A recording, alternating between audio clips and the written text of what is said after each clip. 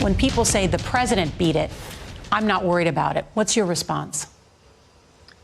You know, that's sort of like saying somebody was speeding in a car at 95 miles an hour and didn't get in an accident, so I can go ahead and speed and not get in an accident.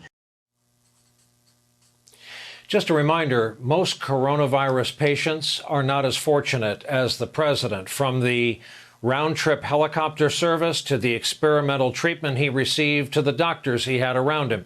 At last night's rally, he said he had 14 doctors. Tonight, he said 12. Let's call it an even dozen. The best part was it was free to him because the cost of all of it is on us. Back here in the real world, at least 9 states have seen double-digit increases in hospitalizations. We showed you the U.S. map, a sea of red. 44 states out of 50 reporting a rise in new infections. In other words, the country is barreling in the wrong direction. And with us again tonight is Dr. Irwin Redlener, pediatrics physician, senior research scholar at Columbia University's Earth Institute, also founding director of the National Center for Disaster Preparedness at Columbia. Doctor, I don't know if you get to see the interviews that journalists of all stripes conduct with people kind of tailgating, waiting for the start of the rally. There's a staggering number of folks who say, I'm okay if I get it. I actually believe that sooner or later, if we all get it, it would be better. A ton of folks saying they're not afraid of dying from it.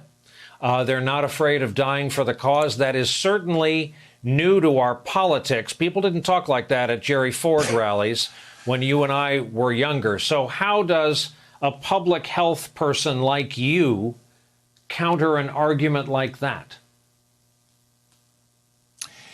You know, Brian, there's almost no countering it. You know, if you're so moronic and disconnected from what living is all about, how could you be blasé about the fact that you might get it and you might die? I mean, it's almost hard to imagine the kind of conversation one might have with a person like that, but there they are. They're apparently more abundant than we thought they were in America, but hopefully they'll come to their senses and come to their senses before, you know, November 3rd. But meantime, we have a much bigger problem in the president, who's pathologically disconnected from reality here. It's incredible, Brian. You know, you think about this. If this was a normal person with such disregard for human life, we would start talking about real psychopathology here. And I guess, you know, we could say that that the president is really in that category in terms of his behaviors, his messaging, and everything else. He's like the antithesis of public health, and he's convinced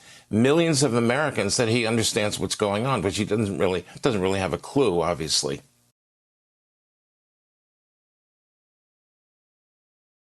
Hey there, I'm Chris Hayes from MSNBC. Thanks for watching MSNBC on YouTube. If you want to keep up to date with the videos we're putting out, you can click subscribe just below me or click over on this list to see lots of other great videos.